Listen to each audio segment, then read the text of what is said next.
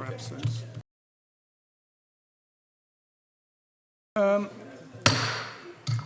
Sorry about that. Didn't mean to frighten people. I'd like to start the meeting of the first meeting of the ONS committee for this civic year, and I would like to go to Laura Kerman to read the webcasting introduction. I would like to remind everyone that this meeting will be filmed live or recorded and uploaded to the internet and will be capable of repeated viewing. Therefore, by participating in this meeting, you are consenting to being filmed and to the possible use of those images and sound recordings. If any public speakers on MS Teams do not wish to have their image captured, they should ensure that their video settings throughout the meeting is turned off and set to audio only. Members and public speakers are reminded to turn on their microphones before speaking and turn them off when they have finished. Emphasis on turning off when they have finished.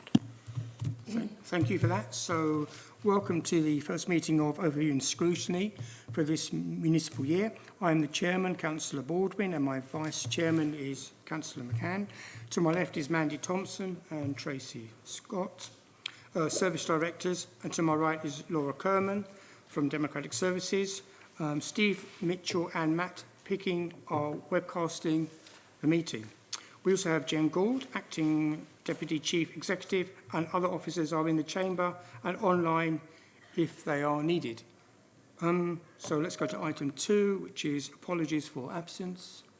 We've received apologies from Councillor Whiskin, Councillor Murray, Councillor Bassett, Councillor Markham and Councillor Will Kaufman. Thank you. And then are there any substitute members? There are substitute members. We have Councillor Rose Brooks for Councillor Whiskin. We have Councillor Allgood for Councillor Kaufman, and we have Councillor Pugsley for Councillor Bassett. Yeah, please, Councillor Lucas. Councillor Matthews is on his way. Okay, thank you. Fine. And can we go to declarations of interest? No? Okay, thank you. And then item 5, which is the minutes, pages 5 to 8. Can we confirm the minutes from the 25th of March? Can we confirm those? Agree, thank you. And then we go on to items.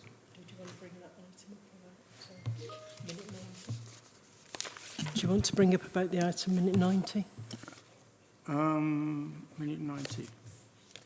Where is that? Oh, Mandy. Oh, sorry. Yeah. It's on the next item. Sorry. Next one. No, sorry, it's the next item. Okay. Sorry, Chairman. That's fine, no problem. So let's go to item 6, which is matters arising and outstanding actions. I would like to raise the following in relation to minute 90, when we agreed the dates of scrutiny. I've been advised that the Housing and Property Directorate will be bringing several key process policies forward, which should demonstrate our compliance on social housing. I am proposing that the dates of the place scrutiny on the 16th of September 2025 be swapped with the communities meeting on the 14th of October 2025. This will provide a timely approach to the adoption of the policies. Councillor Lucas and Councillor Parsons, as chairman of these committees, are aware and agreeable to this. So can the committee confirm that the dates can be altered? Agreed, thank you. And are there any other matters arising or outstanding actions? No, I don't believe there are. Okay, so last thing here is, can I ask that the work programmes are amended and that members are advised of the change in the bulletin? Confirmed. Thank you. So item 7, can we go to public questions and requests to address the overview and scrutiny committee? So I'll ask, are there any questions or requests from the public? No request from the public. Thank you. And then we go item 8, executive decisions. Are there any call-ins? No call-ins, Chairman. Thank you. And then we go to item 9, which is the Council's corporate priorities. And could I ask the Leader of the Council if he could present the Council's corporate priorities for the year 2025 to 2026. Thank you, Chairman, and thank you for inviting us this evening to deliver these priorities. It is always difficult when you're going through substantial changes, as we are at the present time of local government reorganisation, to put forward this year's priorities and building going forward. We normally like to talk in terms of a medium-term strategy, but really now we have 2 years left, probably, as Epping Forest District Council before we see the unitarisation take place. And of course, there's a lot of work going on behind the scenes at the present time, but here today, our duty is to continue business as usual and delivering for Epping Forest and Epping Forest residents at this time. And that's what we're very clearly focused on. I'm really pleased, as I said at the previously, that this council now has a full team of officers, top management team, to guide us through not only change, but also the current delivery.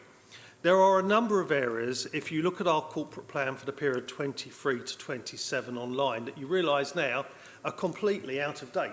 We talk very heavily in that plan about transformation, digital transformation, physical transformation, and the truth is, transformation now means whole council change. So the world has moved on. So we have got the corporate plan. It does set out some broad structure as to how we want to behave as a council and what we're trying to achieve and how we're going to put residents first. And I would pick out some simple priorities at the present time and start with the services that really matter to local people. So first of all, I will start with housing, because housing is very important to a large number of people across our district, and we are one of those authorities that is fortunate to have our own housing stock, and that's really important to us. It is well maintained, and Qualis do a very good job at maintaining our housing stock and delivering value for money for us in that area. We are also still delivering on a council house building programme with 28 new units that we saw the other week that Qualis have built for the council, for our council house stock in Waltham Abbey. And they are very good quality and something that we should be proud of. We have delivered a large number of council houses in recent times, one of the few authorities in the country that has managed to do that constantly. And it is a source of pride to this council that we do that and that our housing stock is of a good quality. I then go on to the fact that we are concerned for the well-being of our community. And part of that is to provide good leisure facilities. It's a non-statutory service that we provide in conjunction with our partners, Places for Leisure. And of course, we are extremely proud of the new Epping Leisure Centre that is starting to emerge and near completion in Epping. Of course, I'm looking forward to my race with Councillor Brooks as soon as the swimming pool opens, which we hope to raise money for a local charity. I'm sure Rose will beat me easily. And but it is. I took a visit to the sports centre the other week with fellow councillors, and it is progressing really, really well. And we should be proud. When I last saw it, I'm being told that it's been delivered on time and on budget, so it will be open by autumn/winter of this year. And it certainly is a tribute to the hard work that's gone in from both our officers and the constructors, Pelican, who are doing a first-class job at delivering that site. I never believed we'd get a centre so big on that car park. It's absolutely unbelievable, and I look forward to the opportunity for other members to see it as it progresses. But it's certainly something that we should be very proud of what we're delivering, and it shows our continued commitment to our local communities, and I think that's so important to us. The other thing that people really rely upon a council for, and we're going to talk a lot about rubbish later on today, is the delivery of their waste collection service. Last year, we set our own company up to deliver that service. They've reached brilliant levels of service so far, with around 99% collection rates. I think that's, should be applauded by everybody. You normally know if you change a a waste contract, you have never-ending phone calls in the initial stages complaining about the service that's been provided. Dave Marsh and James are only too aware of that from the last time we did it, and we had to put an awful lot of effort into customer services during that time. We have bedded down TVS really well, and that's a tribute again to our officers and the team that have put TVS together, and it really is a first-class service, and it's good that Jodie has now taken over from myself as chairman of the board for TVS, and again it's providing that service that residents demand. Of course, with any service you have to keep developing it. Once you've got it bedded down, it's now time to start looking at the next steps, and as you will know, we are rolling out the new blue bins, which have been trialled, I think, in a number of places, including Faden Boys in recent times, and have been successful in the trial stages, and we look forward to that working well as they get delivered during June. And again, we are communicating through all different media to make sure people know how the blue bin system will work. And I'm sure, as with the rest of TVS, it will be a great success. I won't talk about anything else to do with rubbish because I know you have an item later on. The other fundamental service that we provide is planning. We are fortunate, and I never thought I would say this, to have a local plan in Epping Forest that gives us a degree of protection against the type of development you wouldn't want to see. If we didn't have a local plan, we would be subject to higher housing numbers and targets than we currently have, and it gives us a degree of protection. In order to get that protection, we have to deliver on those local plan sites. Earlier this year, or last year now, we made some changes to planning, reducing down to 2 planning committees, because we were under threat because of our performance in planning using the local area-based committees. Decisions were made that were found questionable at appeal, and we were on the naughty step with the government. I am now going to hand over, because planning is such an important priority to us as a district, I'm going to hand over to Ken Williamson, who is going to read a short note that we have today received from the government. Thank you. This is from the Chief Planner. It's dated the 6th of June. In the 2-year period, April 2022 to March 24, and appeals decisions to the end of December 24, your authority's performance for quality of decision-making for major applications was 13.3% of decisions and non-determined applications being allowed at appeal. This does not meet the required performance level of 10% or less. The Minister of State for Housing and Planning has considered the submissions you have put forward to demonstrate exceptional circumstances. The Minister also noted the actions your authority has taken to improve performance and on balance has concluded that the evidence presented does demonstrate exceptional circumstances. The Minister is therefore satisfied not to designate your authority at this time. It does go on to say we will continue to closely monitor the authority's performance. If the authority fails to show continued improvement, the Secretary of State may designate the authority in the future. It just goes to prove that what we put in place on the planning committees was absolutely correct and absolutely timely. Otherwise, we would be in special measures and we wouldn't be making the major decisions we still have to make. And all the local plan sites are beginning to stir and come forward, and we really have to build these sites out. Otherwise, it's game over and they can build anywhere they like. Thank you. Thank you, Chairman. I thought it was worth members hearing that firsthand from Ken, who's done, along with our officer team, has been doing a brilliant job at overseeing the implementation of our local plan. And I stress it's our local plan because we all have ownership of it. There might be parts of it we don't like, but it certainly gives us protection at the present time. It also, from the tone of that letter, shows that we have to stay on our game and make sure that we make the correct planning decisions in the future, because it wouldn't take a lot, especially with a government with a high aspiration for development targets, to change their mind about that. So far so good. We made the right decisions in changing our planning systems in Epping Forest. We have a big piece of work to do.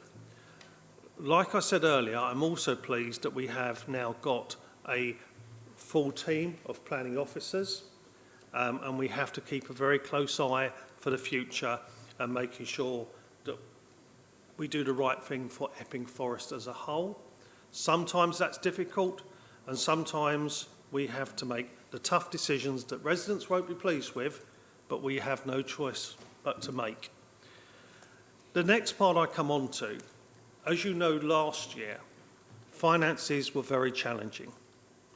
I have to say to you, tomorrow is the government's spending review. We are not looking forward to any good news within that spending review for local government. Indeed, if you look at what was said last year, there could be quite a redistribution of grants, and I think people need to be very wary of this. Our gap is still substantial for a council of this size. It is somewhere between 3.5 and 4 million, but we'll have a better idea after tomorrow if the government gives it much detail. I've got a feeling they'll try and blur the lines tomorrow and not say very much at all. The truth, what comes, is in the paperwork that follows up.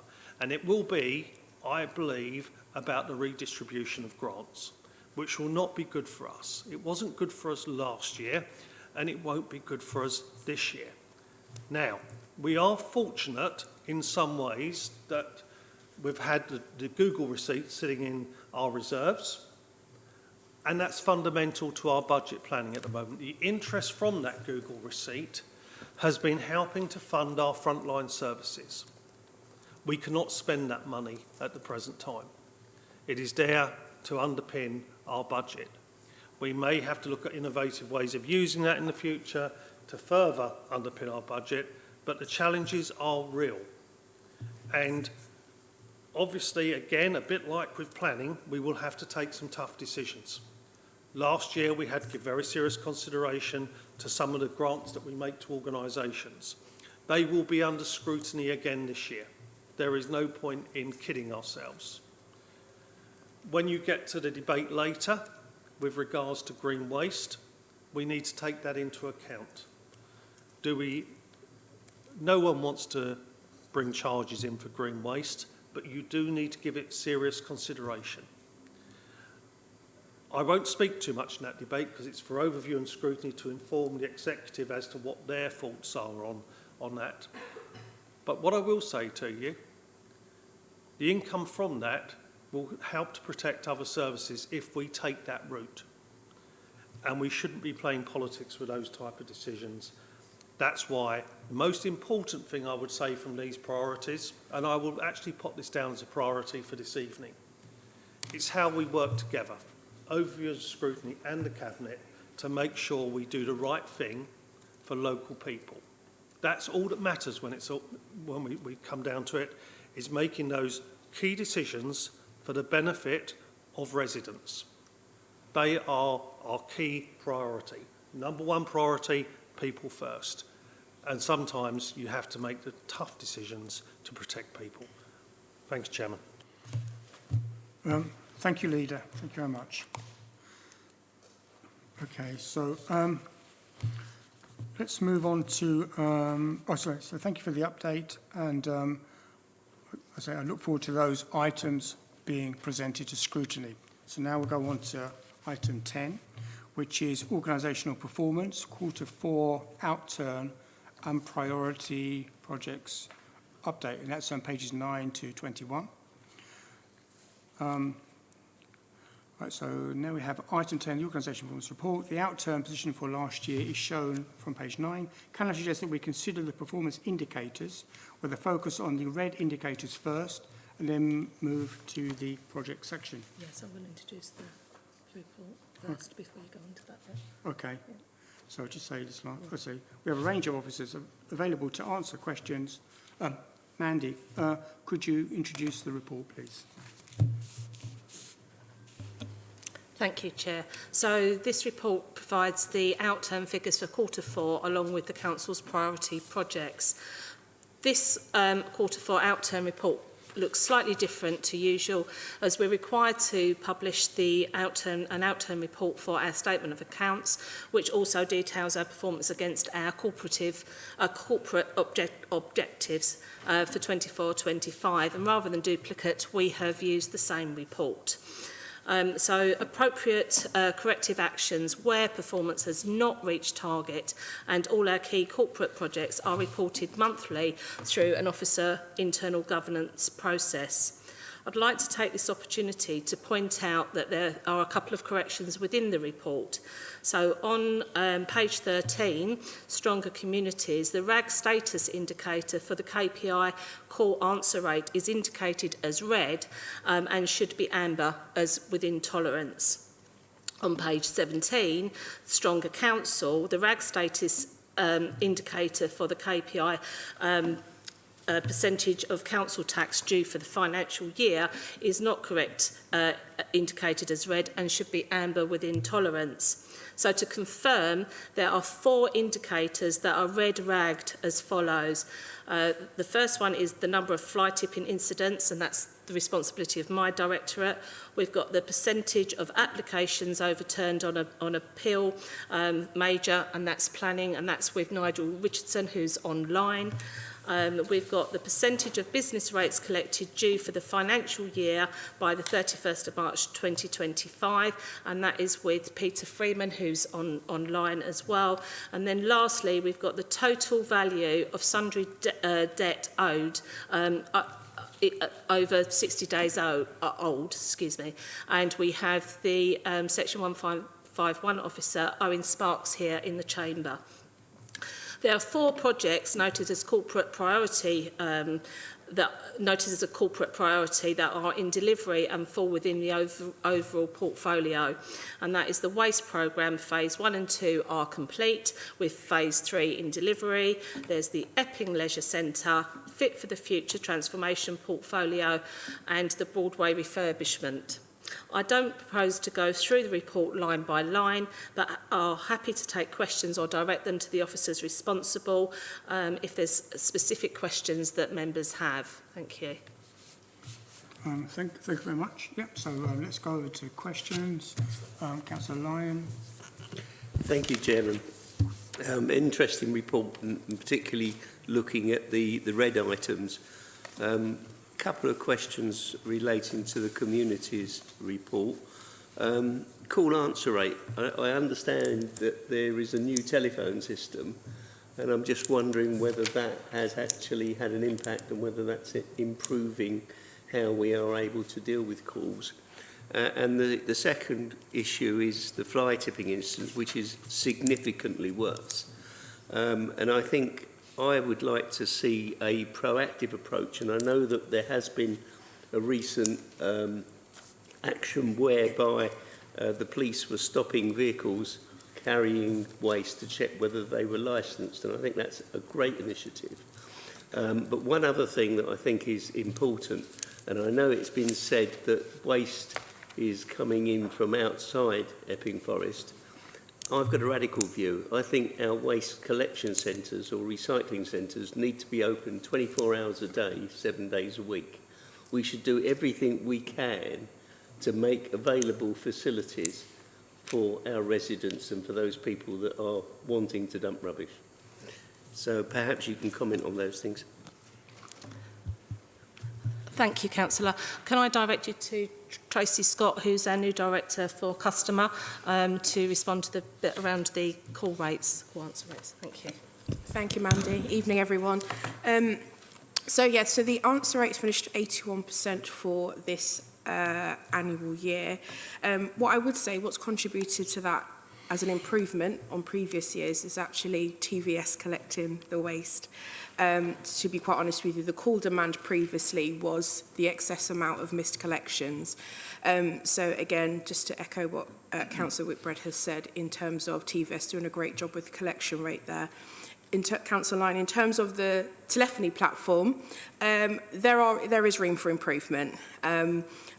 We get good data in terms of how customer calls, how that routes through, and we're able to be a little bit more agile with putting messages on. So, for example, we understand a bit of the trend as to the blue bin rollout, why people are calling us, so they can work quickly with ICT to put some proactive messaging on.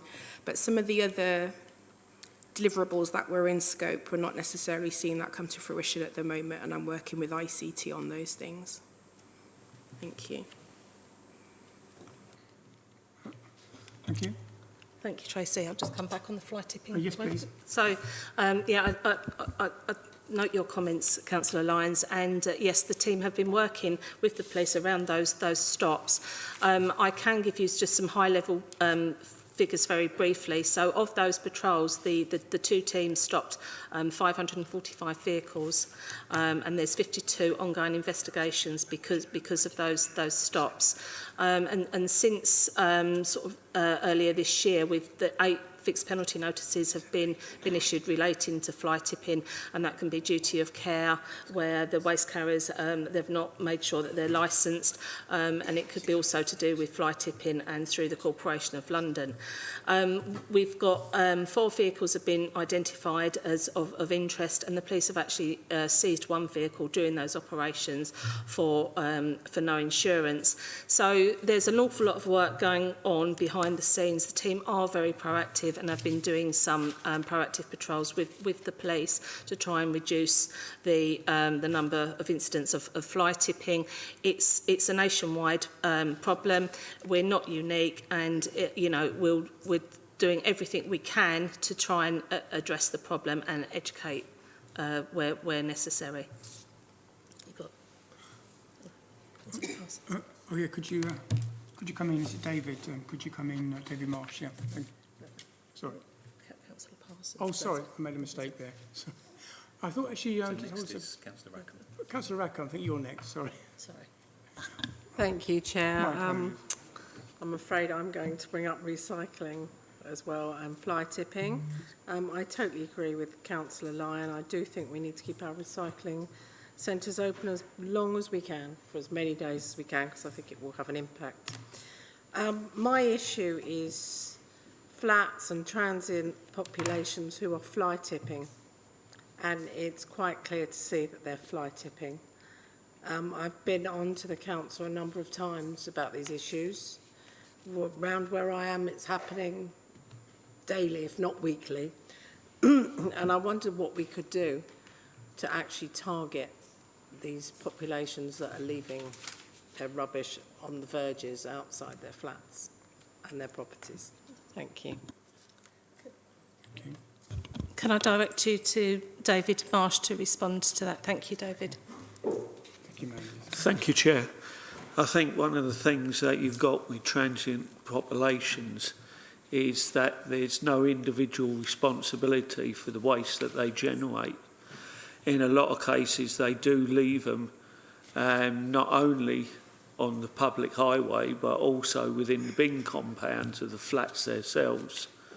We do have problems with absent landlords who don't want to get to grips with the issue through their managing agent, and it is quite a large problem, because as much as you can educate the tenants or the people occupying a block of flats, if they move out in a matter of months, you're back to square one again. And it becoming more of a thing where we need to work with managing agents and in a way hold the managing agents to account, who then have to work with their absent landlords to help control this. But it's a nationwide problem. Flats are one of the worst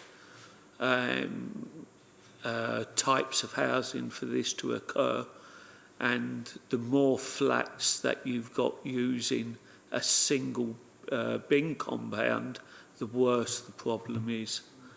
So it is something that needs to be worked on, and with other authorities to see what we can do on that. But there's no shortcut answer to this, because when you've got populations moving, they don't care.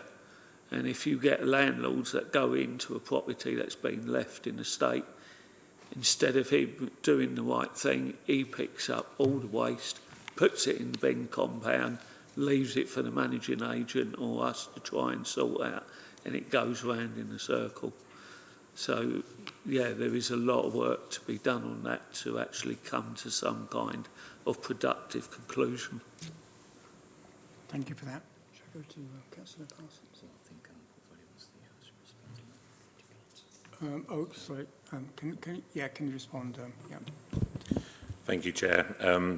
Sorry, it's not possible for me to listen about fly tipping and not contribute as a local farmer that finds a deposit of fly tipping in one of our gateways on a daily basis. I can completely understand the frustrations and you know, it's very easy for us to sit here and say it's a nationwide problem. It is a nationwide problem, but the residents of Epping Forest, frankly, don't care about the nation. They care about the rubbish that's being fly tipped in Epping Forest, and that's our responsibility as Epping Forest councillors and officers to deal with. So, you know, I think Councillor Lyon's point is very valid. I think, unfortunately, you know, a lot of the people that are depositing this waste and fly tipping are not of a mindset that they're looking to go and do it in a legal way, whether that option was there or not. So we are always going to be in a battle against it, and unfortunately, I think the only solution is more cameras, more finances, more patrols. We've started installing our own cameras now. Obviously, in a lot of remote areas, we're having to install solar-powered independent cameras that have got SIM cards. The tune of about £4,000 a camera supplied and installed. So I understand it's a huge cost to the council to do that, but you know, landowners are doing that as well at their expense to try and prevent it.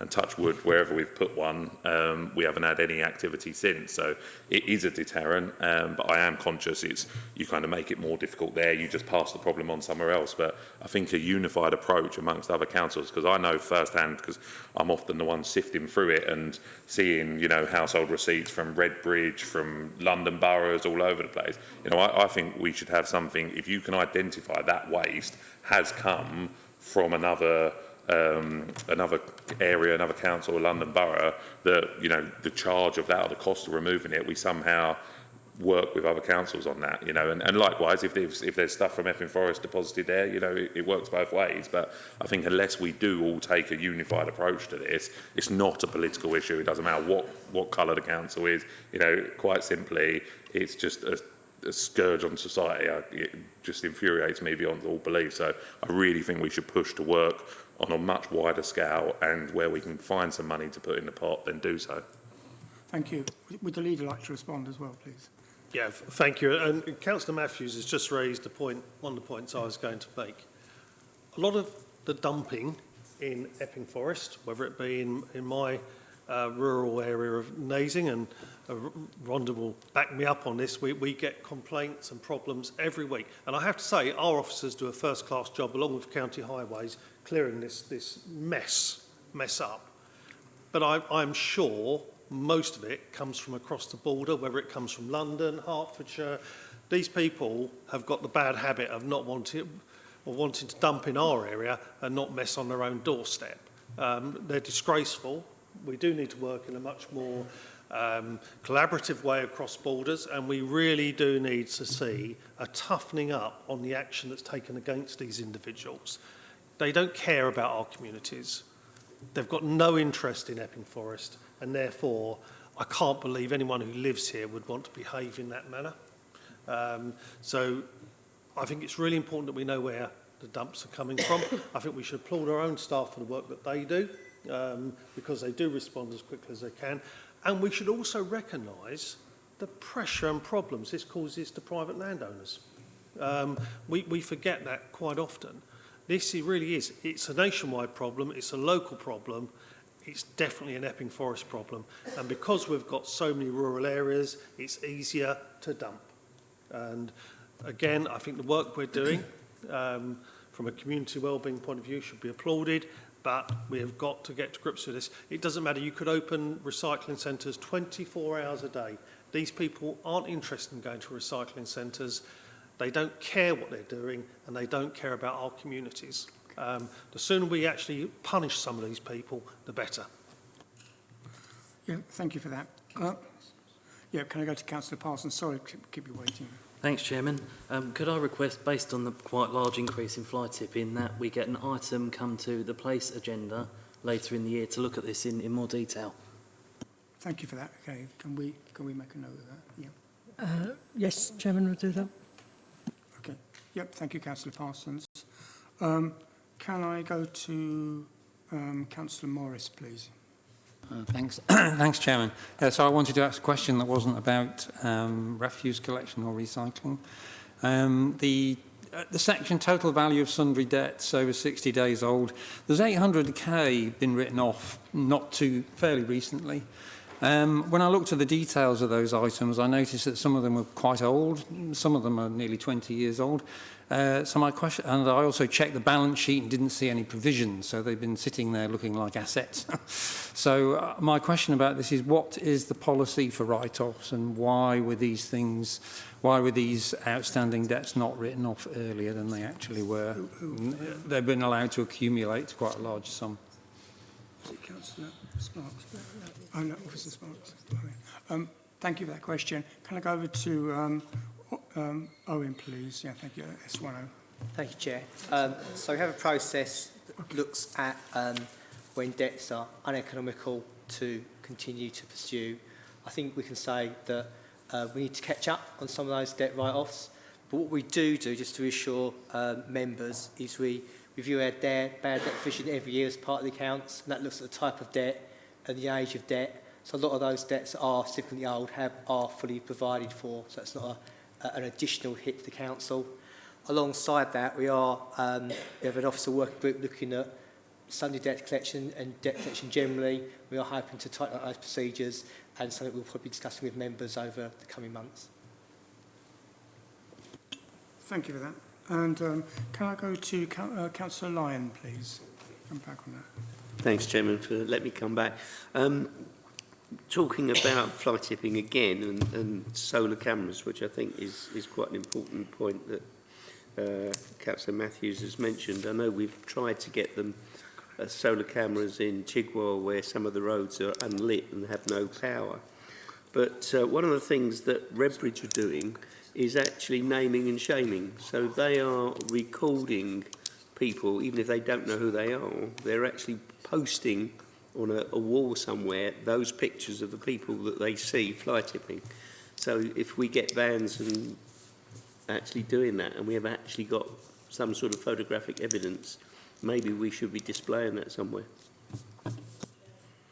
Thank you. Can I go now to, is it Councillor Morgan? Did you have a question? Thank you. Actually, Councillor Matthews did answer some of the things. But just quickly on the call answer rates, I've just got to say, yes, instead of 85%, we've gone down to 81%. And I did have 4 residents contact me to say that when they did call in, what a fabulous service they got from our, and I think it's important that you don't hear the bad bits, you hear the good bits as well. And they was absolutely sad. They actually called me to tell me what great service that they got. So I was really impressed by that. The other thing is the community champions. We've gone from 3,000 hours to 5,000 hours, which is absolutely fantastic. And I do know that we do have 2 extra community champions in Grange Hill and 1 extra in Abridge, because I work very closely with them. But have we increased the community champions? Because obviously they've almost doubled what they've been doing. You know, it's gone up by 80%. So it's really good to know if we do have some extra community champions. And can I just do one other thing while I'm talking? So I don't need to come back. The recycling centres, yeah, I do agree, they need to be open, but I think they need to be more available to residents and to these people. Before, you could go to a recycling centre, take everything. Now, if you've got a big item, a fridge, mattress, whatever, you have to go to, in Grange Hill, I have to go to Brentwood or Harlow.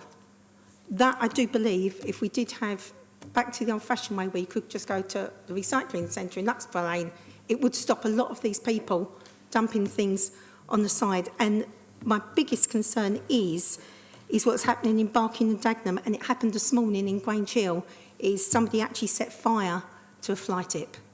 And it was very close to some houses on the estate, and it is very concerning. So we do need to look at that, because at the moment the building waste seems to be going, as we heard from Councillor Matthews, not only on our farmers' fields, but also in our cemeteries. These people don't care where they're dumping the rubbish. And Councillor Lyons said, we should have a name and shame. Thank you. That was a lot of questions, I know. Sorry. Tracy, yeah, would you mind?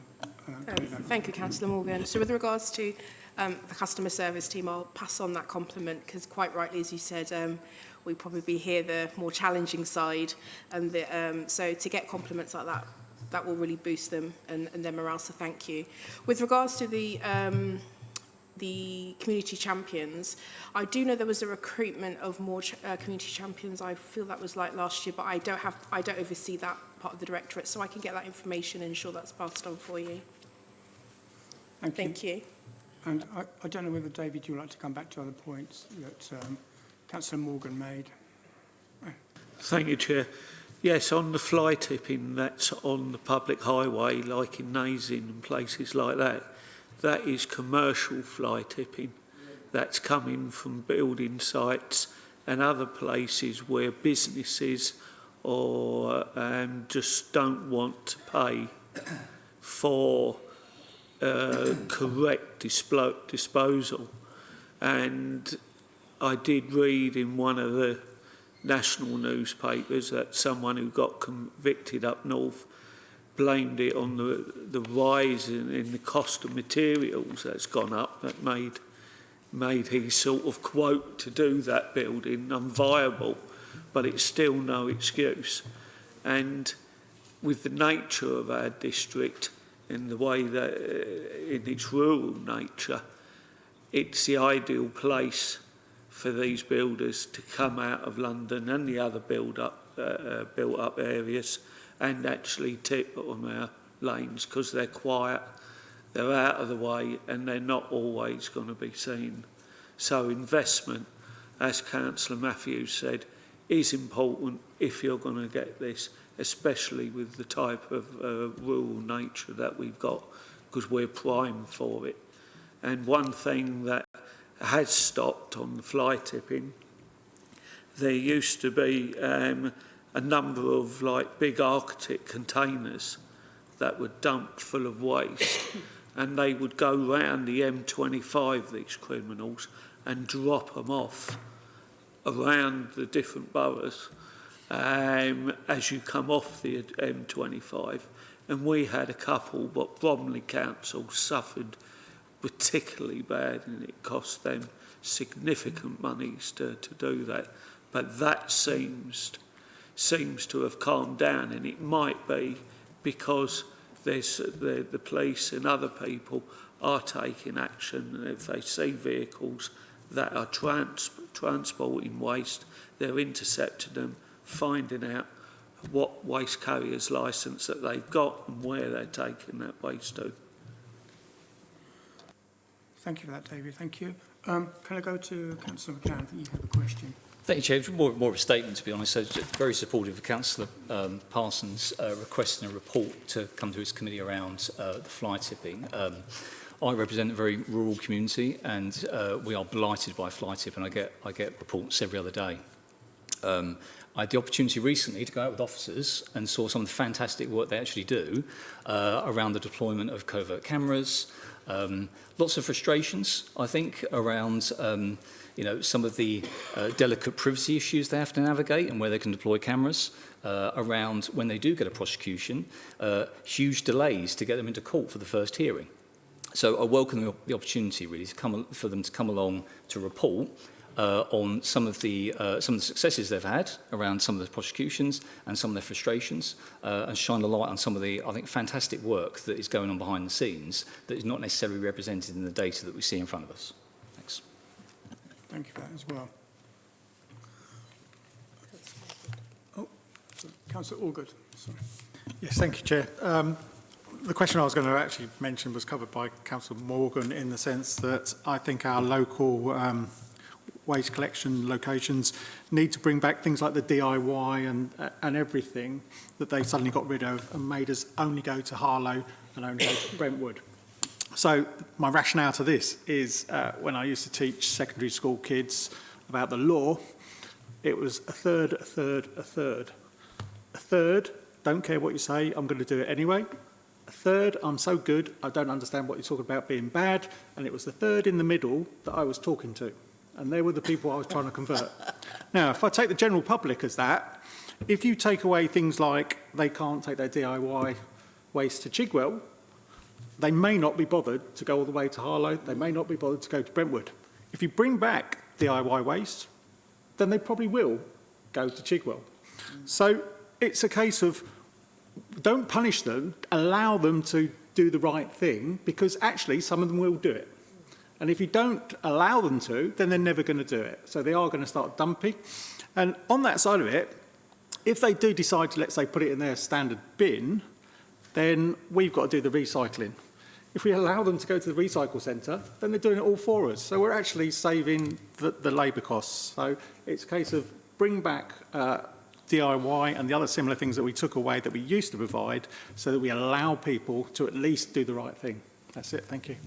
Thank you for that. And David, did you want to reply to that, or is that you don't have to? But, Thank you, Chair.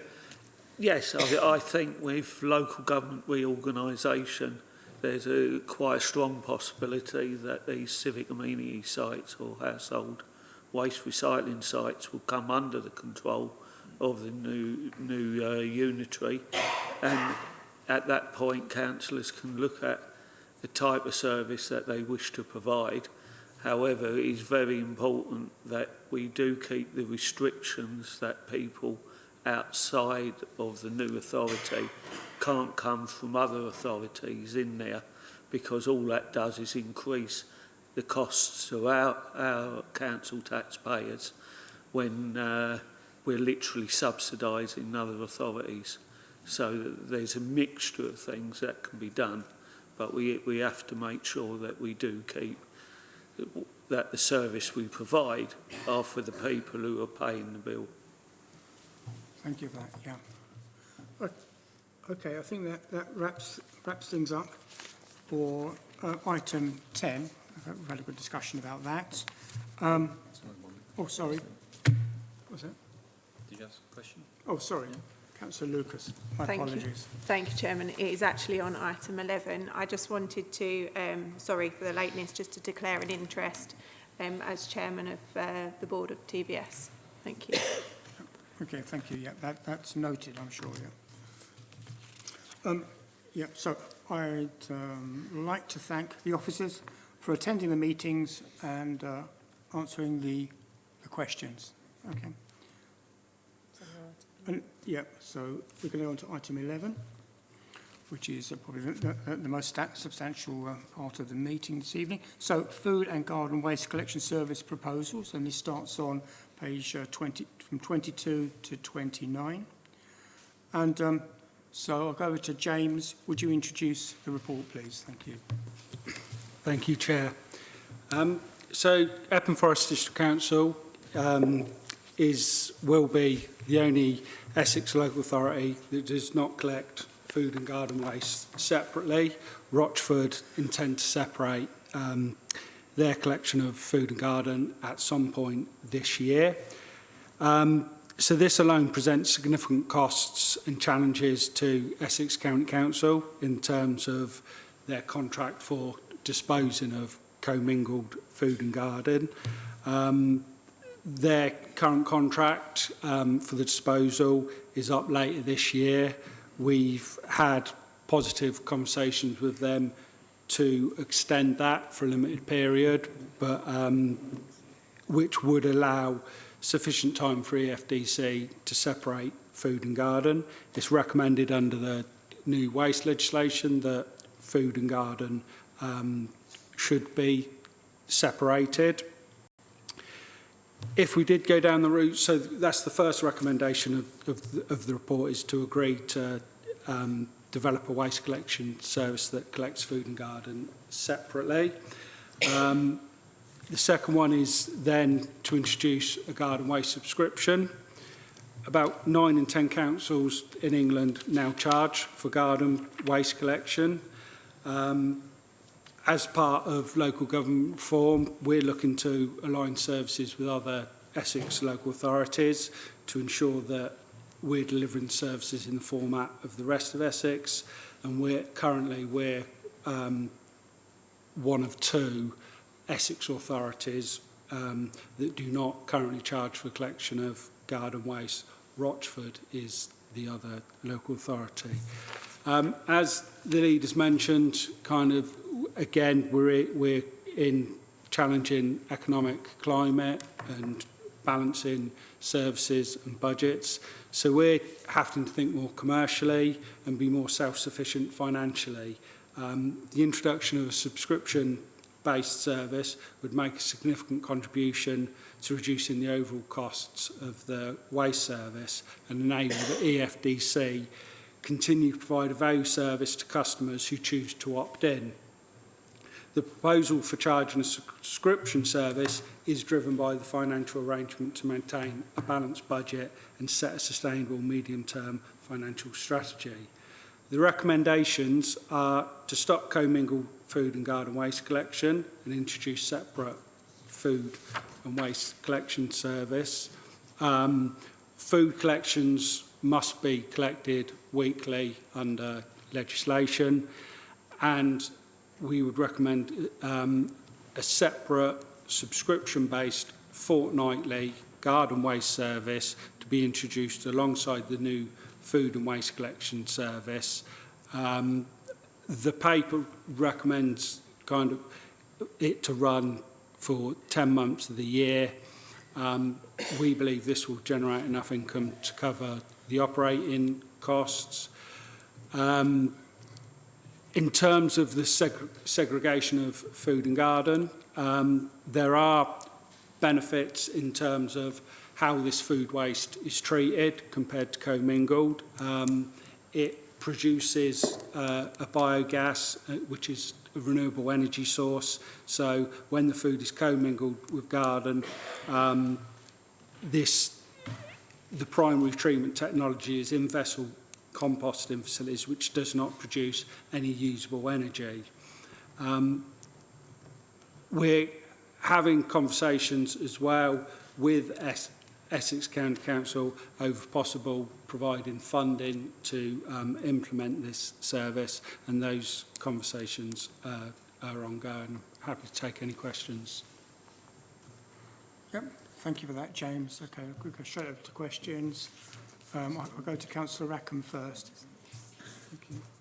Thank you, Chair. Firstly, I wanted to bring up the fact that I've had quite a few residents come to me regarding the green waste proposals already, and I actually don't believe this is fair not to consult the residents. Even if they have been consulted in the past, this is a new charge, and residents really should have a say on this. I'm also quite interested to see if we might possibly get a challenge on this by not going out to residents and asking them their views. And then I've just got a couple of questions around this. Private rented flats and masonettes. Right, they're not covered by any housing provider. So what will happen with their work? Do they have to opt into this scheme, or can they opt out? I'm also quite concerned about residents that are on low incomes and maybe can't afford to take on, and I know it's not that much money, but, you know, things are tough out there, as we all know. And also, again, fly tipping. Are we going to get the same sort of people that are dumping their rubbish, just thinking, oh, well, I'll just dump my green waste wherever I feel I can? And I think that's an issue, because I think the council will need to pick that up. And also, again, my question about rolling out the scheme, is it going to all residents? Can you opt in, if you know, or is everyone going to have to go with this proposal? So if you could answer those questions, that would be great. Thank you, Jen. Yeah, thank you for those questions. I think I can answer the majority, but I will hand over to David for one of them. We don't have to consult, and there is no comeback. Local authorities may make a charge under Controlled Waste Regulations 2012. I believe David has told me today, and he has much superior knowledge than I do, that if this were to be approved, this would be the third time EFDC has charged for garden waste. In terms of the consultation, it depends on what the questions you're asking. If it's a simple question of would you be prepared to pay for garden waste, I think we all know what the answer would be. So it's weighing up what we would want to consult on and what the value of that would be. Where I live, they did consult probably 3-4 years ago, and the majority of residents said they weren't prepared to pay, so they didn't introduce the charges. 2 years later, they introduced the garden charges without any further consultation. So I think it depends what you want to get from that consultation. In terms of fly tipping, we haven't seen any evidence from elsewhere in the country that where these charges for garden waste have introduced, there's been a spike and an increase in fly tipping. If the recommendations are improved, we would be proactively encouraging residents that do not. So to answer one of the other question, it's not mandatory, it is opt-in. So those that do not want their garden waste collected do not have to opt in, but it's their responsibility to dispose of their garden waste. And we would work proactively with those that don't opt in to signpost them to alternative methods, so household recycling, home composting. We would work with Essex County Council and Love Essex on initiatives to get home composting kits and guidance for people to do that. For this paper, in terms of benefits, it was a consideration. We've looked at what other authorities are doing. The majority of our other authorities do not offer a reduction for those on benefits. I think in Essex, Uttlesford do offer a slightly reduced, but we kind of thought in terms of implementing this that it's an added complication and an added administration factor to kind of verify that they're on benefits, and that, so it hasn't been considered in this report. The other question around private and rented flats, I'll hand over to you, Dave, if that's all right.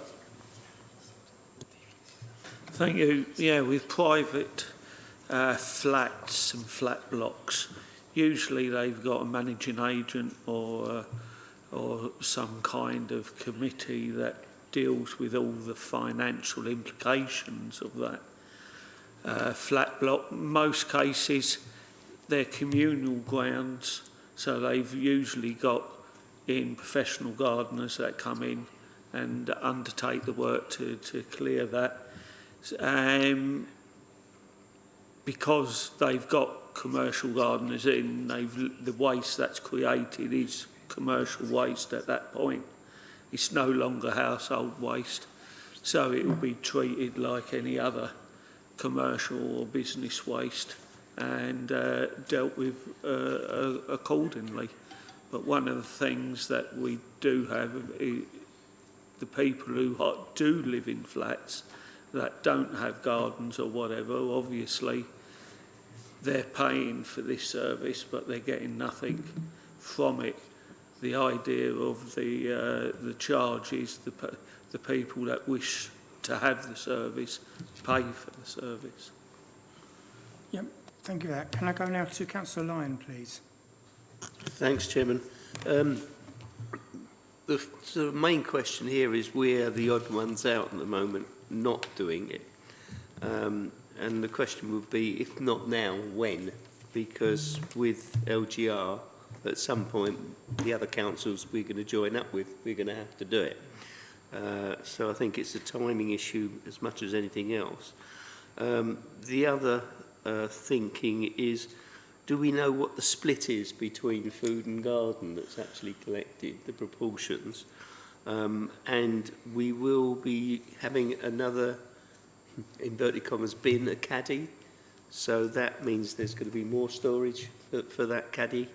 Perhaps you can comment on those things. Thank you. Yeah, thank you.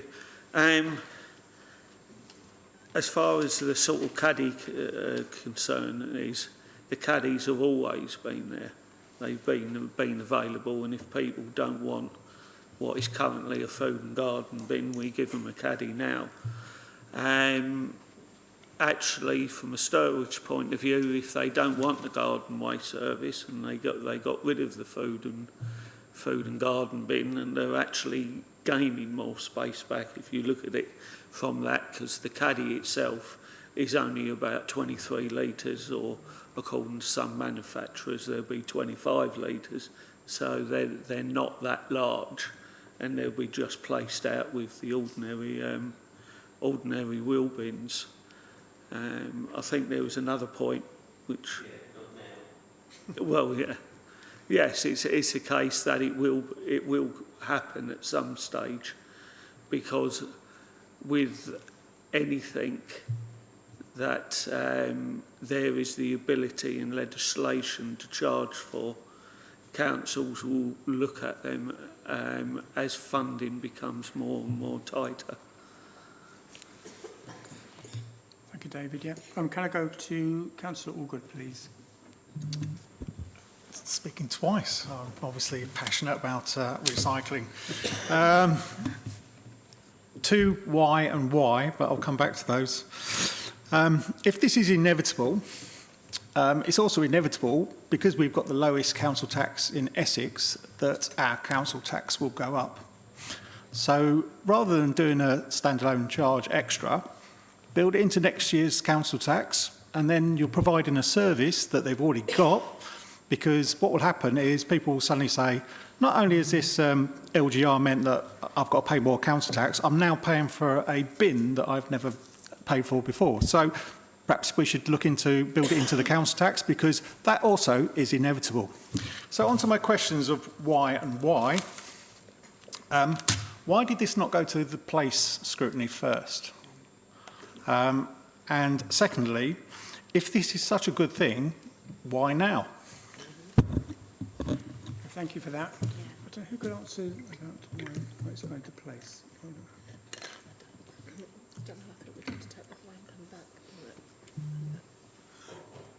Yeah, Councillor Allgood, I think we're going to have to sort of take that question away about why, or do you want to come in with that, Councillor? If it's okay if I can come in on the financial side, obviously I can't comment on the Scrutiny Committee side. I don't know if Laura wants to come in first. Thank you. The reason this come to overview and scrutiny is, one, is considered a large issue that impacts, it's a key decision, so it would impact the borough, and therefore it would go to the highest level committee, which is overview and scrutiny. Blue bins went to place. Sorry? The blue bins went to place, and that's affected the whole borough. The work programmes are defined. Some things go down to subcommittees, some don't. It was decided that this would go to the overview and scrutiny. We have to have a work programme. We have to have things on the work programme for the first meeting, which is always difficult in the municipal year. This was felt to be significant enough, and the work programmes will be discussed later. Okay, thank you very much for that. And then, Holly, would you like to come up? Thank you, and it's been really interesting to hear the views of Scrutiny tonight. Just from a financial point of view, I think it is worth saying that we have looked at this in the past. It's something that we've pretty much thrown out kind of at a cabinet level stage and put it as a kind of red level saving that we didn't really want to look at or have to look at. And indeed, I do have a level of dislike about this policy. I don't like additional charges, additional taxes, whichever way you're going to frame it. But the reason we've had to look at it this year is because we've got another huge budget gap to fill. Current projections showing about £3.4 million, which we've got to look to find the money for, and we know how difficult that was last year, and we know through the difficult budget processes of the last 5 or so years all of the difficult decisions that we've got to make, and the reality is there's no easy answers. And that is why we're looking at it this year. It's not something we particularly want to do, but if we don't find I think it's around £200,000 worth of additional income that we'll get through this, we need to find that £200,000 somewhere else. So the real reason we're looking at it as a council from a financial point of view is because it's an income stream that we're going to need. If not, we're going to have to look elsewhere. And I want, again, Scrutiny to play a really important part in that budget formation process, but you'll see that we're going to have a lot of difficult decisions. I think the other points have been made very well by colleagues and officers. This is something that's done by councils throughout Essex. It's not a statutory service, it's a discretionary service that as a district we've gone above and beyond to provide in recent years. So as I say, it's not something I was particularly comfortable with, it's something that I've pushed back on in the past, coming as a consideration, but I think given the challenges we're going to face with our finances again this year, it's something that it's the responsible thing to look at it. Indeed, Andrew Small has repeatedly pushed for us to look at this and bring this forward. So that's why the timing is now. Thank you. Thank you for that, Councillor Whitbread. Can I go to Councillor Morgan? Did you have a question? Thank you. Yes, actually, Councillor Allgood answered some of the questions that I had.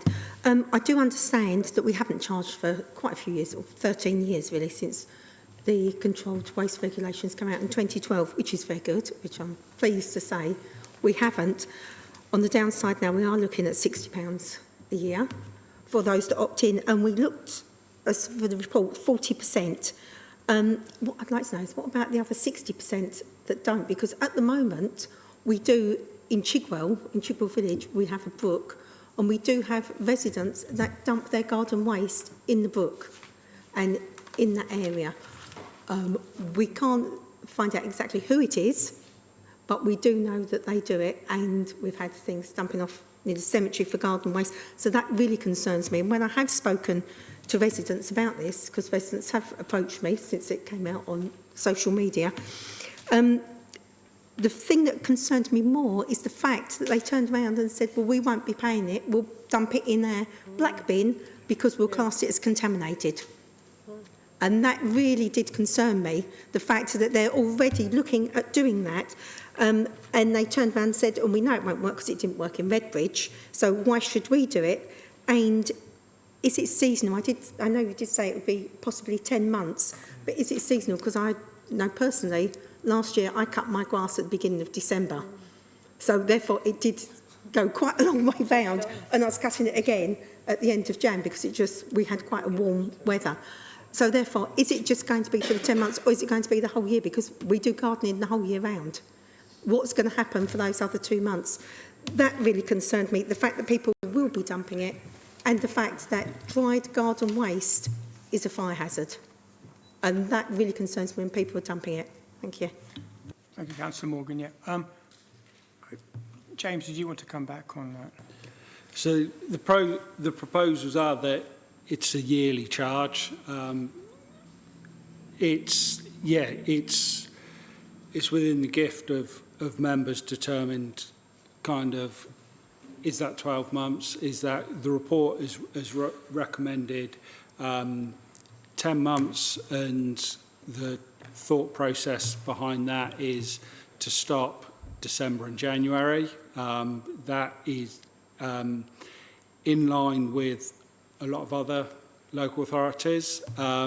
Also, it kind of, certainly the break over Christmas and New Year helps free up the resources of TVS, because we have additional waste tonnage and additional recycling, so it kind of aids that. I've lost my train of thought, apologies. What was the second or the other point? The other 60% of people with 40%, and the fact that people have already said they will dump it into their black bins because and now class it as contaminated. They will contaminate it. That really concerned me, and the fire risk with stuff that's dumped. So, ever the optimist that I am, I'd like to think that we, in a very short space of time, if this was approved, we would exceed that 40%. That 40% has been used in this report to give an indication of the level of income that will generate, and it's based on David's vast experience and other Essex local authorities of the uptake that they've had when they've introduced in the last couple of years. Certainly, I think Colchester, Braintree and is it Basildon? Certainly, they've had their initial uptake from introducing going waste has been around 40% of the properties. Again, as I've mentioned before, those that don't opt in, we will try and work with them. We will get proactive messages out about there's home composting, there's the household recycling.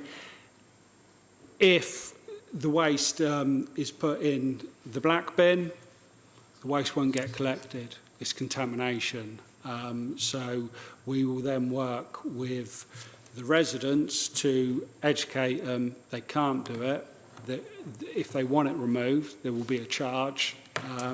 So, we will use all powers that we've got to try and educate and discourage people putting it in the wrong waste stream. Same goes with kind of the blue bin rollout of recycling. We want to try and cut down and avoid any contamination of that.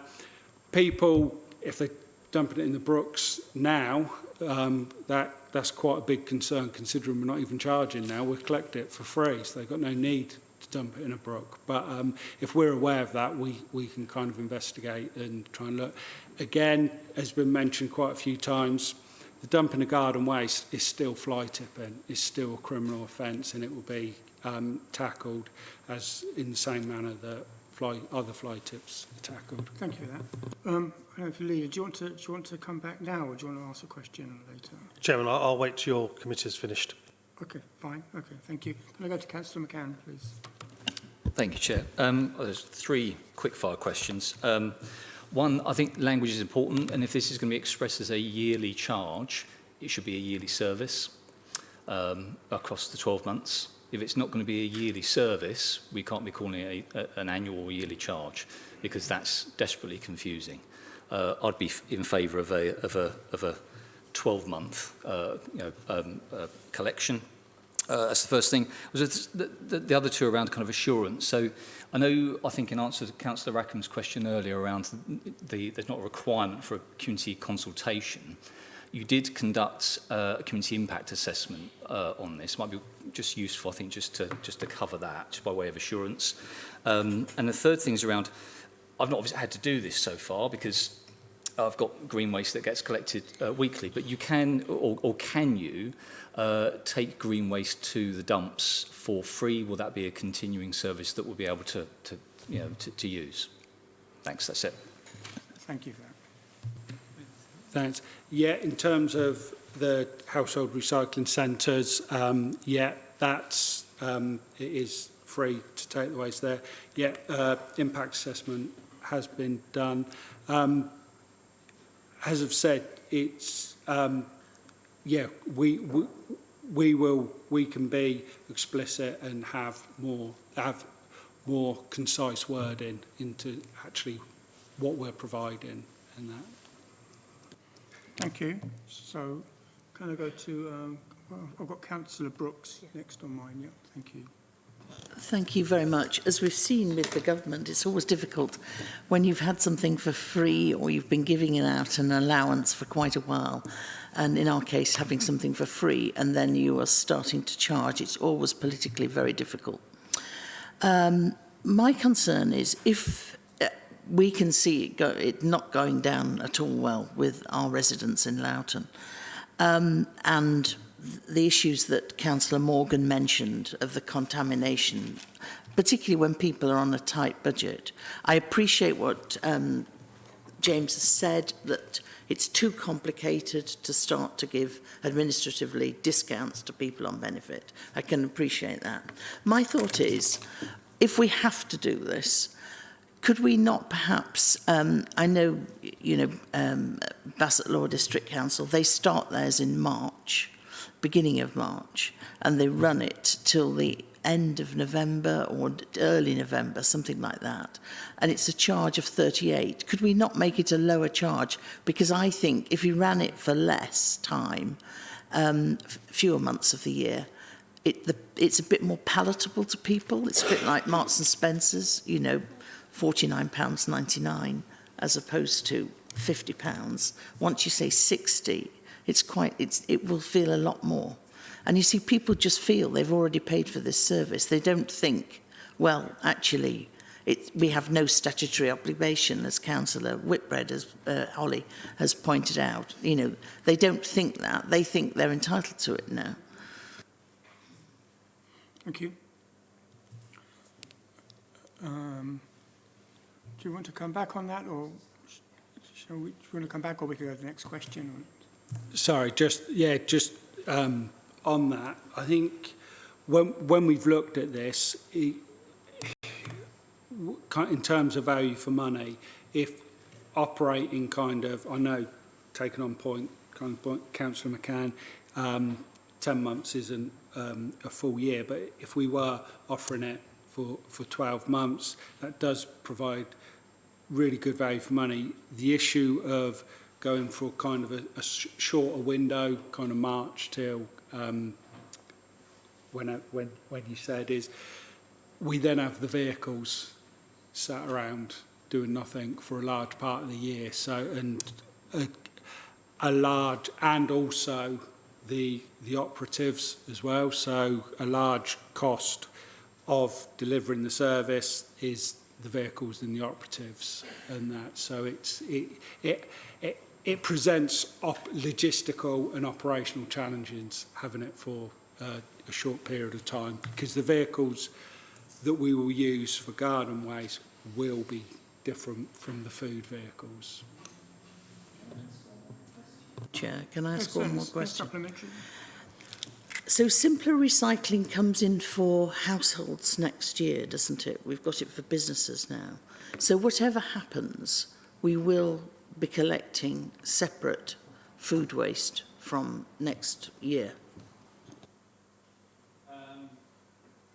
Only if this paper's approved, because in terms of the recycling, we're correct me if I'm wrong, David, we already collect everything that we're required to under simpler recycling and that. But the separation of food and garden ideally needs to be implemented, but there is, in exceptional circumstances, you can carry on commingled, but we have to provide a justification and evidence for why we're not separating. Thank you very much as well. Can I go to Councillor George, please? Did you? Hi all. Going back to Councillor Brooks, she confirmed that £38 has been calculated. I've got the data and your information that you put on the report, and can you tell me how have you come to £60 when the information that's in the report that it should come to £38.48 a cost, so therefore there's a profit of £21.52 per household. So who does that money go to? Does part of it go to TBS, or is that also being accounted for, or why is the amount so much? I don't understand. Also, going back to other people mentioned as well about reduce in fees, and it is another tax, it is another amount of money, and everyone I've spoken to so far about this, I'm not happy, absolutely not happy. I know people that are on absolutely the breadline, and for them to come out with £60 in one hit, why don't you have a monthly debit that can be easily set up? I don't understand why that can't be done. So 60 quid to you and I may not be a lot of money, but to some people and a lot of our elderly that's on a pension wage, that's a lot of money in one hit. And then therefore we also come to the stickers. Whose idea was to put stickers on the bin? What kind of stickers are you looking at? It's not going to be a happy smiley face because that's kind of a kick in the teeth. But it is, you know, when people got to pay extra money, you're going to have a big... How are you going to monitor who has paid for the service? So like the PCN, at the moment you're asking for £60. When the PCN for car parking permits within the borough came in, I don't ever recall, nor many people I speak to, about being asked if we wanted it, and year on year it has increased. So does that mean that year on year that this charge for garden waste is also going to increase? So we don't know at the moment which areas we're going to have a unitary. It's still up in the air, isn't it? Nothing has been confirmed. So therefore, as I agree, why now? Why can't we just leave it and just work with what we got? Why fix something that's not broken? But obviously you may seem that something has to be made from this. Okay. So, yeah, I'd be quiet now. Thank you. Thank you, Councillor George. Yeah. Thank you. Would you like to come back on that, James? I know there's a number of parts to that question. Yeah. Exactly. How's it going to be on? Apologies, I didn't understand the first part. Where's £38 Right. difference? Right, the calculation I got, by all means, no doubt you've done your calculations. It's got here that the present collection for both the food and the garden waste is 2.1 million, and then the food only being collected will be 1.9 million per year. So it's a saving of £200,000. Yeah, so what is the difference with that £200,000 to now? What is being saved? How is it being saved? Your turnover at 40%, so I'm working with your figures, so your 40% uptake at £60 accumulates to £1,104,000. Now, with that divided by £60 charge, that equates to 18,400 households. By all means, if someone double-check my figures for me. And so with that, you got a £396,000 surplus, a profit. So where is this profit and how has this profit come to be that the cost of it comes to £38.48 on your figures of 18,400 households? So that was my first part of my question. And Councillor Brooks has also stated as well £38, but I've just found it out for £38.48p. Councillor George, can I just say that, I mean, you go into a lot of detail there, and so possibly we could answer your question more specifically, in a more detailed way. We could come back to you. I've broken down the figures that have been given to us, to how they've come to £60. I've worked out actual cost at £38.48. So I've run down the cost because maybe not everybody have actually looked into the cost and what the profit is and how that I've worked it out. So I've only worked out on the figures. By all means, anyone from over there or anywhere here can tell me otherwise if my figures are incorrect. Councillor Brooks also suggested at £38, which ties in with my £38.48. Thank you for that. Right. David, would you like to try and... Yeah, I can answer 2 points. The idea of the stickers is something that is used quite regular. What it does is it shows that a person has paid for that collection for that year. It's also got the individual address printed on the sticker, so the sticker can't be used by anyone else. Also, when someone's paid, it will be on TVS's PDAs, which is the income technology, because one thing that we want to do is we want to be sure that we're collecting the right properties at the right time. So it will not only be on the in-cab technology, it would also be verified by the actual sticker that is placed on the bin for that year. The difference between the current garden waste and food and garden service and the food waste proposed food waste service is purely down to vehicles. It's cheaper to have a food waste vehicle than it is to have a 26-tonne refuse freighter, which is near like double the cost. Thank you for that. And right, thank you. And so can I... Can I ask Jane to maybe give her a call and discuss the figures separately outside of the meeting? Yeah. And she said to me that we can discuss the figures outside of the meeting, and we can. How would we provide feedback to members via the bulletin or by email? So we could provide feedback via the minutes. James, we're just going to suggest maybe if you can talk direct with Councillor George and sort of go through the figures with her. Thank you. Thank you for that. Okay, that's good. Hold on. Yeah. So, right. Now can I go to Councillor? Sorry, can I just be clear? So who's going to run through the figures and what's going to happen next? Just so I'm clear, please. So Service Director James will come back to you directly to go through the figures. Then can it be shared with all the members as well, Yeah, please? we'll attach it as part of the so all minutes. informed. Thank you. Yep. Thank you. Oh, good. Okay, Councillor Williamson, can I go over to you, please? Thank you, Chair. Just really summing up a couple of points.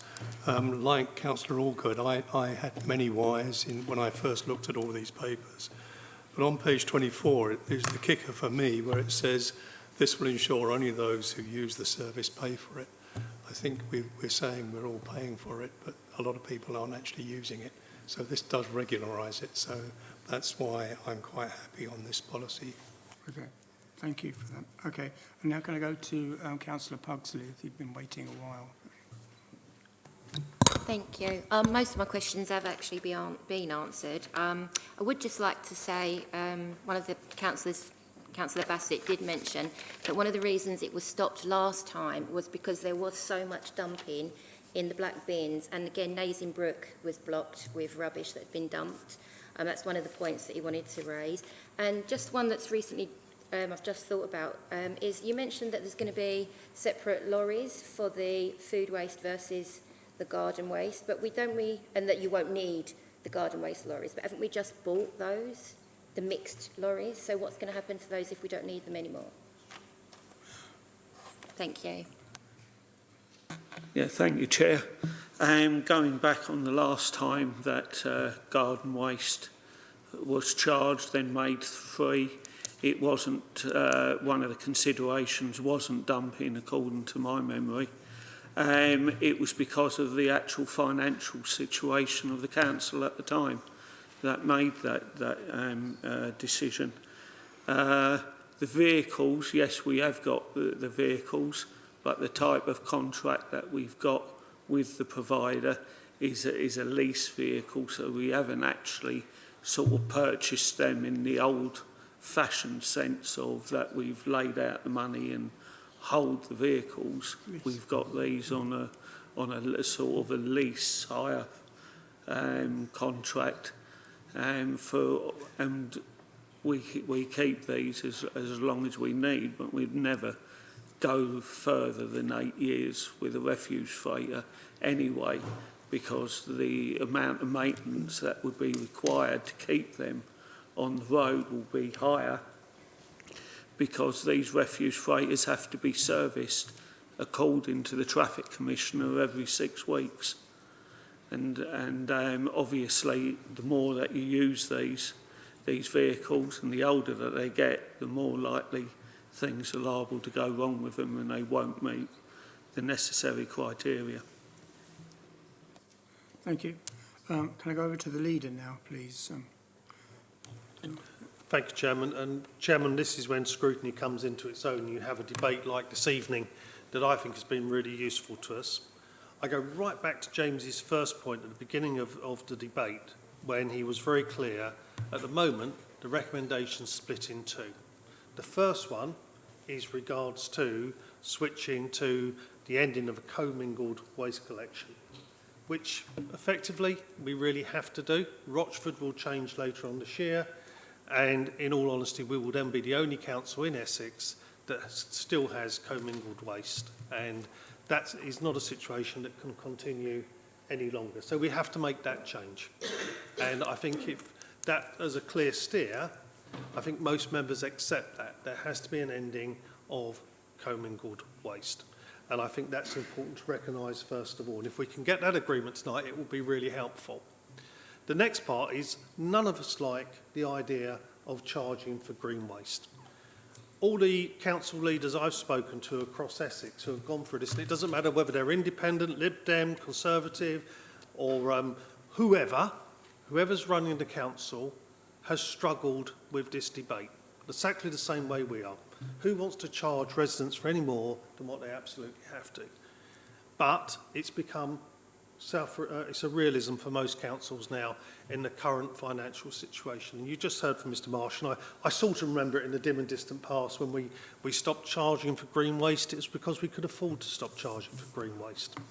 And we have, for a long, long time, every year it's come to us and we've pushed back on it and said, no, we're not doing that. That's not something we want to do here in Epping Forest, as you heard earlier on.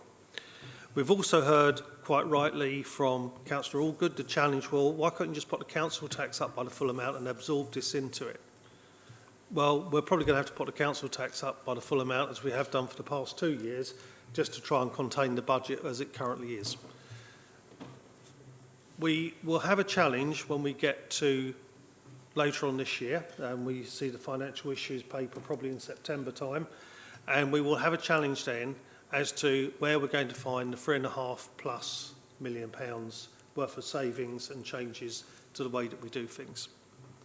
It was hoped by now that we would have transformation in full flow, and there'll be digital transformation, there will be changes in the way we deliver services, more shared services, and hence savings coming from that area. That's not going to happen anytime soon, but we do need to make the first change, which is end commingling waste. We then need to have a wider debate on charging. And I think actually from your committee this evening, there's been some really interesting points made over how much are we actually charging for, what are we trying to actually recharge, and what should that be? And I think that was a useful piece of debate. We've also had the interesting piece from Councillor McCann, should it be a proper full-year contract, 12 months, or should it be 10 months? So we've got those two things discussed.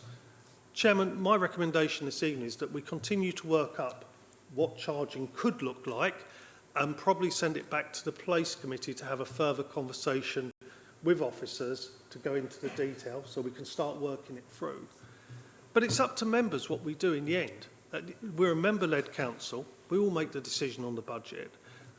But bear in mind, it will be a tough budget and we will have to find this sort of sum of money, if not more, and it will be one of those tough choices. At the end of the budget process, you'll be looking at, do we look for the revenue stream that could come from green waste? Do we look at reducing some of the grants that we give out as we struggled with last year and to areas which actually protect some of the most vulnerable in our communities, i.e. Citizens Advice or VAEF, the same debates as we had last year? They will not go away. Our services and our officers, we have made sure we are as efficient as we can be. We have services now operating with the minimum number of staff possible. We are as efficient as any council in Essex.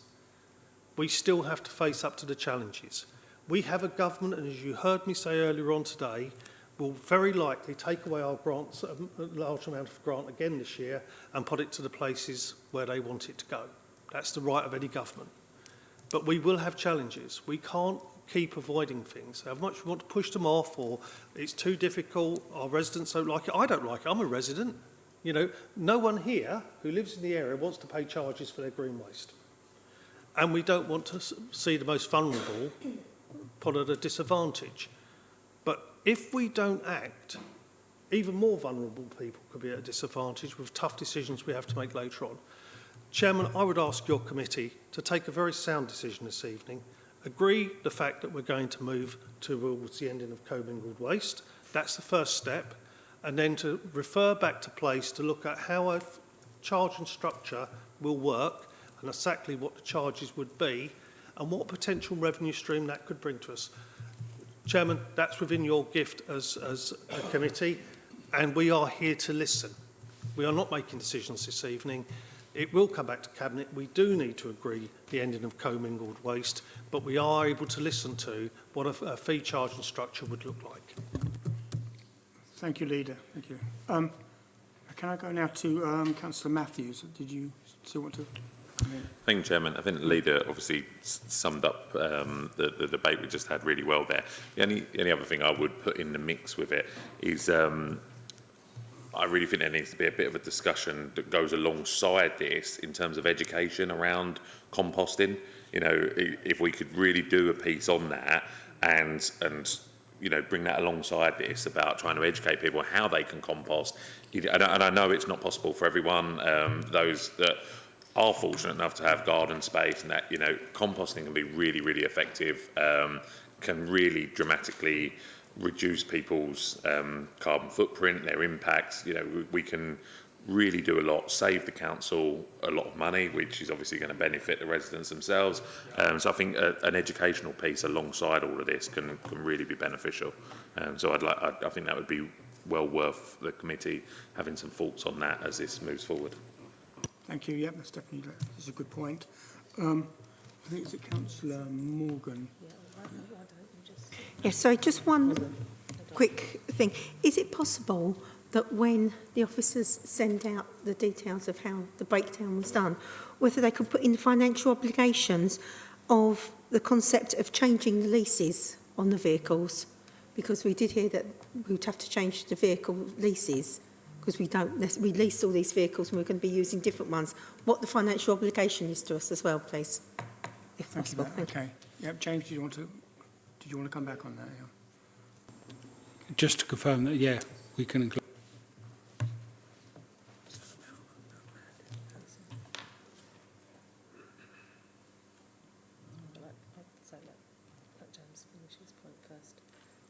Suggest that if any of the members want to come back on how Councillor Whitbread summed up, and then you can start moving to the. Are they going to support it or not? Yeah. Okay. Okay. Thank you. So, and then so Councillor Moore, thank you. And Councillor Parsons, did you want to? Thanks, Chairman. I just wanted to raise the point of the collections for garden waste going from weekly to fortnightly. I know my household particularly, we often have a full bin of garden waste every week. I just wondered whether there was any provision we could make if households needed it or wanted it, whether they could have availability of a weekly collection. I know not everyone would need it, but if needed. Okay, yeah. So I'll take a few more questions, then we'll try to summarise and bring this to a close. So anyway, let me go over to Councillor Bernard. Do you want to ask a question? Do you want to make a point? Thank you. Yeah, I'd like to propose the charge be levied at £50 rather than £60. As I know, this is particularly hard after Councillor Whitbread's speech, but we are trying to be a low-cost council, and we are moving towards LGR and probable merge with Uttlesford for a random who charge £50. This reduction in charge would also increase demand. So I would expect we would do better than 40% take up on a lower charge. And personally, I think the profit we're making out of it, I'm struggling with the profit side of this, the amount we're making out of this £60 charge. Dropping it by £10 reduces the income by less than 200,000 over the course of the year. It would, yeah, more income would also. I am concerned about the fly tipping costs increasing from the number of people I've talked to about this issue. So yeah, that's my proposal, £50. Okay, just to. I mean, the leaders has laid out, you know, his position very, very well, and I just wondered if we want to reply to any of the points that the leader has made, that has outlined, and if we could move towards agreeing on the recommendations and the decision required. We will also. I know, Councillor, you want to come in. We could also then take the Councillor of the committee. The the recommendation that Councillor Whitbread said about bringing it back to place scrutiny for the fee. Yeah, that could also be, Yeah. so we'll also say about bringing it back to the place committee as has been discussed. So no, yeah. Right, James, Thank you, Chairman. It was about the recommendations that I was going to make some comments. I think number one, taking on what the leader was suggesting, and then item one, which is about implementing the separation of the two services, I think that needs to be considered.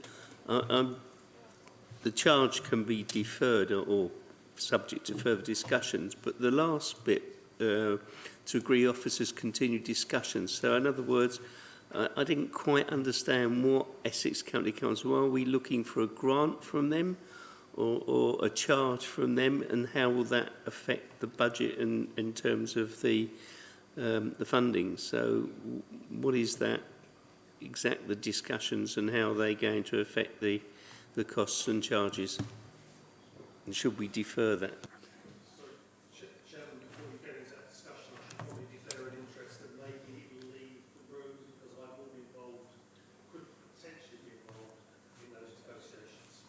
Okay, well that's fine if you want to. Okay, yeah, that's fine, yeah. Then James wants to come in.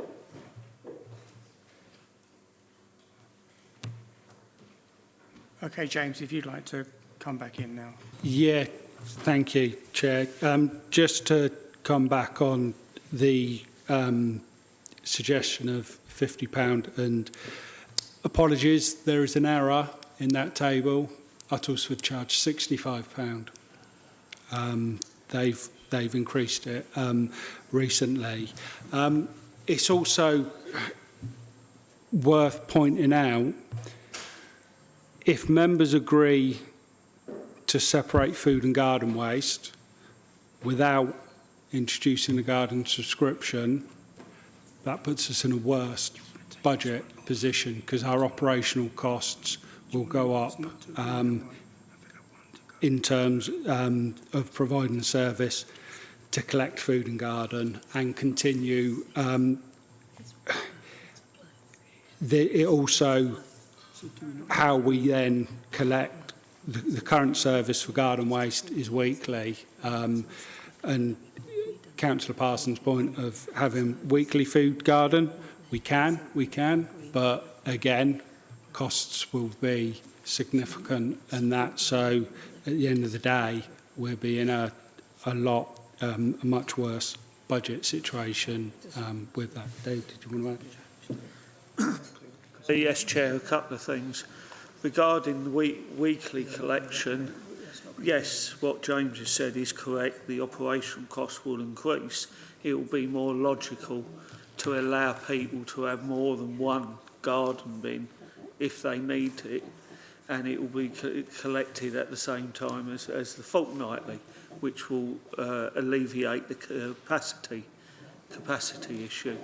The other thing is, the recommendation 3 is because of Essex County Council being our waste disposal authority, they're actually picking up the costs of the disposal of a combined food and garden service, and basically the split is, it can be anything from 80 to 90% is garden waste. But what you're having to do, because it's commingled, you're paying the food waste processing costs. You're not paying the lower costs of being able to compost just garden waste.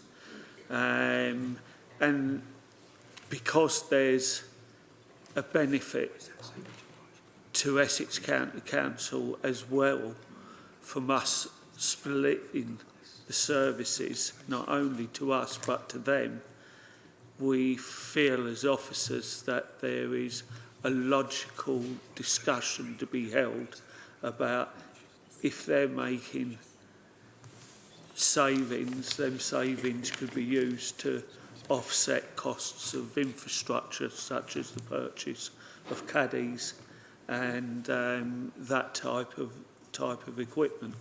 And they're generally receptive to that because I've been watching closely what's happened with Watchford and the discussions the Waste Disposal Authority have had with Watchford Council. And that's why recommendation 3 is there, because there is the possibility of some money coming in to offset the costs of setting this up. Thank you. Okay, could I go to Councillor Lucas? Did you say? Thank you, Chairman. The only thing I was just going to comment on was James Warwick just mentioned the fact that obviously if we agree recommendation 1 but didn't agree recommendation 2, but I think Councillor Whitbread was saying that we agree recommendation 1 in principle of recommendation 2 being implemented, but the actual figure still to be agreed. Was the line that he was kind of suggesting for the committee to go down. Yeah. I'll just come back on that. I think it's my understanding that we're going to move recommendation 2 to the Place Committee. That is my understanding. And, well, it's actually up to the committee. So maybe I can ask. Sorry. Just want to speak to the chairman.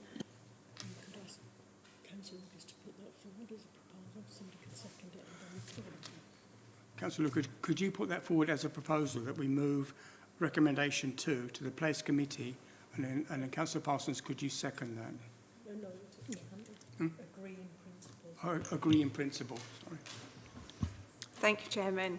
I would like to propose that we agree in principle recommendation 1, which is to agree to develop a waste collection service that collects food and garden waste separately and implement this in 2026, providing that item 2 goes to the Place Scrutiny Committee to be looked at in more detail, and to agree that item 3 is also agreed this evening. Thank you. Can we have a vote? Can we second I'm that? happy to second that. Thank you. Can we go for a vote? Yeah. So can the committee agree on the motion? Can we agree on that? Agreed. Agreed. So, okay, can we have a vote on that, please? Or an alternative proposal. Or, yeah, a vote or an alternative proposal. So can we go for a vote on the motion, please? Yeah. So all those in favour? All those in favour of the motion. Councillor Brooks, is your hand up? No. Okay. 6 in favour. And all those against?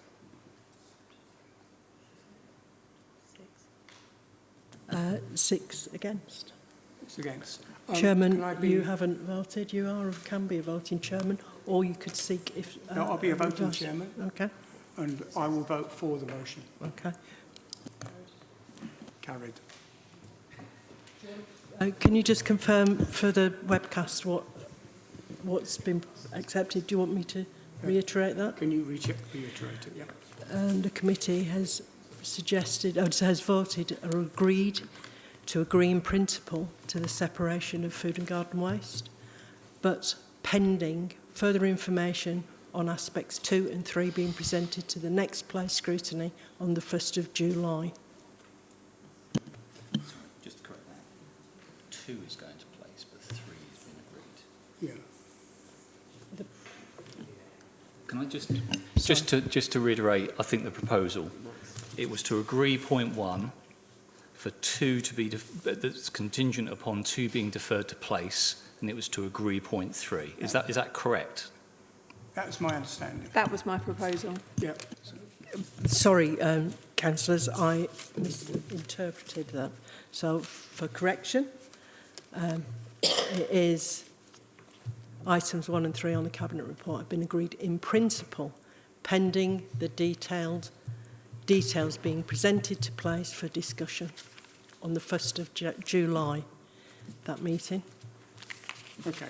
So, thank you, everyone, for that. So, can we move on now to item 12, please.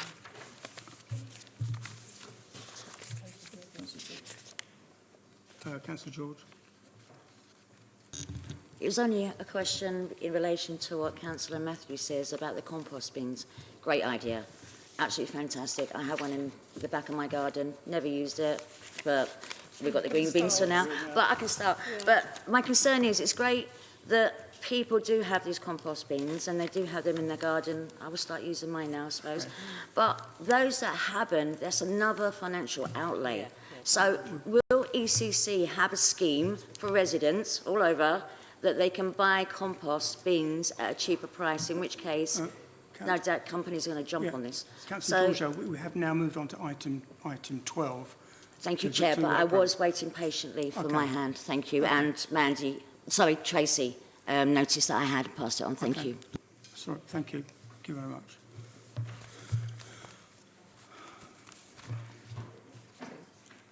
Okay then, so the draft programmes for all scrutiny committees are attached.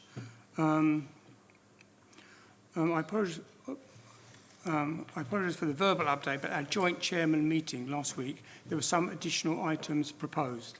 These included the addition of LGR to ensure that this receives due consideration as and when this is appropriate. Progress on the blue bin rollout, update on review of the new planning system, scrutiny of TVS, operational performance. We will be inviting TfL, a future meeting of place scrutiny, and Waltham Abbey Museum Trust will be invited to communities. The draft work programme makes reference to the change of dates discussed at the start of the meeting. Are there any comments on the draft work programme? Councillor Lyon. Yeah, I was going to mention TfL. I think that's something that we do need to review. Yeah. I know service has improved, but we still haven't seen any of these new trains that have been promised. So I think there's one. You've seen one? Oh, okay. I haven't seen one. So, and they're getting in a real sorry state. So I think we do need to get them back, and maybe some pictures of the new train that's out there. Thank you, Chairman. Thank you. Councillor Williamson. I'm just going to say I think it's different, not new, to be honest. Yeah. It's refurbished. It's not, it's not, it's definitely not new. Oh. Okay, then, yeah, sorry. Oh, sorry, Councillor Bernard. My apologies. Sorry, we've got Qualis's dates to be confirmed. Do we have any sort of numbers of times we're likely to meet to discuss items about Qualis on this draft plan? The dates will be completed as the work programmes develop. This is just the initial draft work programme. It's about scheduling. It's about seeing if the members of the committee are happy with the work programme, and I'm sure the chairman will ask in a minute if there's anything else that needs to be added. So it's about alignment. We don't want to set some of those things down, and it's about the financial alignment, because often it's the business plans that drive the external parties, so that's dependent on the reporting mechanisms, and I'll look to Owen to provide some details. Hopefully by the next meeting it will be completed. Sorry, so in what sort of order of numbers are we looking at? One meeting a year or four? Or? That's for members to determine, decide and propose. Councillor Morgan, you want to come in? Sorry, can I just support Councillor Lyon's request for TfL to come back? Because I think not only is the service, but the actual stations as well, that especially on the loop line. Yeah, we are inviting So TfL. it would be really nice. I'm really supportive of that one. Yeah, Thank you. That is already decided. Yeah, that will happen. Yeah, okay. Oh, sorry, Councillor Brooks. I know I'm not a member of this committee, but I think I probably speak for some of my colleagues.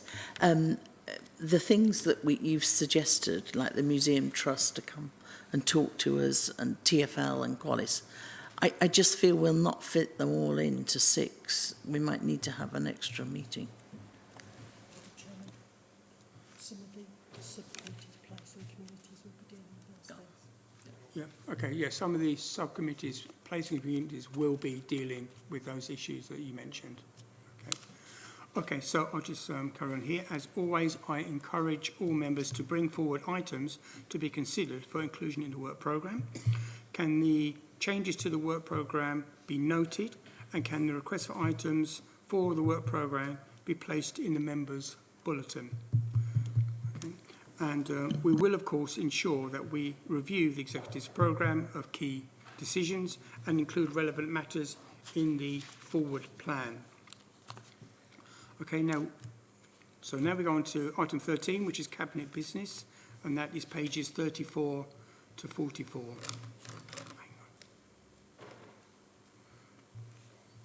Members, are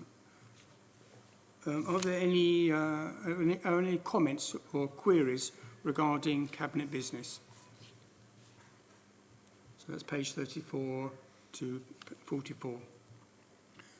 So if there's no comments or queries about cabinet business, we can go on to item 14, which is exclusion of public and press.